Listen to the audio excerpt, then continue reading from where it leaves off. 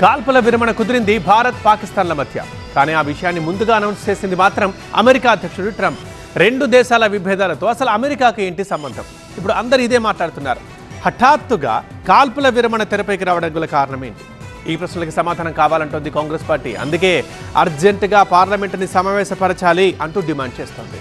భారత్ పాకిస్తాన్ మధ్య కాల్పుల విరమణ ఒప్పందం తమ మీడియేషన్ తోనే జరిగిందని ప్రకటించారు అమెరికా అధ్యక్షుడు డొనాల్డ్ ట్రంప్. సీజ్ ఫైర్ పై భారత్ పాకిస్తాన్ ప్రకటన కంటే ముందే సోషల్ మీడియాలో పోస్ట్ చేశారు. అయితే ఈ వ్యవహారాన్ని తీవ్రంగా తప్పుపడుతోంది కాంగ్రెస్ పార్టీ. కశ్మీర్ అంశంపై అమెరికా ప్రమేయం నిజమేనా అనే విషయాన్ని కేంద్ర ప్రభుత్వం స్పష్టం చేయాలని కాంగ్రెస్ ప్రధాన కార్యదర్శి కేసీ వేణుగోపాల్ డిమాండ్ చేశారు. ఆపరేషన్ సింధూర్ తో పాటు భారత్ పాక్ మధ్య నెలకొన్న ఉద్రిక్తతలు, కాల్పుల విరమణపై చర్చించేందుకు పార్లమెంట్ను సమావేశపరచాలని డిమాండ్ చేస్తోంది కాంగ్రెస్ పార్టీ.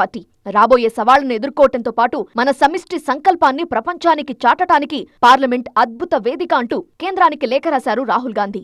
రాహుల్ లేఖను సమర్థిస్తూ రాజ్యసభ ప్రతిపక్ష నేత కాంగ్రెస్ చీఫ్ మల్లికార్జున ఖర్గే కూడా మోదీకి ప్రత్యేకంగా లెటర్ రాశారు. పెహల్గాం టెర్రర్ అటాక్ నేపథ్యంలో పార్లమెంటు ఉభయ సభల ప్రత్యేక సమావేశాన్ని ఏర్పాటు చేయాలంటూ గత నెల 28న లేఖ రాశామని ఖర్గే గుర్తు చేశారు. కశ్మీర్ను అంతర్జాతీయ సమస్యగా చేయటాన్ని తీవ్రంగా వ్యతిరేకిస్తున్నానన్నారు కాంగ్రెస్ సీనియర్ నేత సచిన్ పైలట్. కశ్మీర్ సమస్య భారత్, పాకిస్తాన్ దేశాలకు సంబంధించింది మాత్రమే అని చెప్పే బీజేపీ ప్రభుత్వం మూడో దేశమైన అమెరికా మధ్యవర్తిత్వాన్ని ఎలా అంగీకరించిందని క్వశ్చన్ చేశారు. మరోవైపు పాకిస్తాన్తో చోటు చేసుకున్న పరిణామాలను వివరించేందుకు ప్రభుత్వం అఖిలపక్ష సమావేశం నిర్వహించాలని రాజ్యసభ సభ్యుడు కపిల్ సిబల్ కోరారు. ఈ సమావేశానికి ప్రధాని మోదీ తప్పనిసరిగా హాజరు కావాలన్నారు.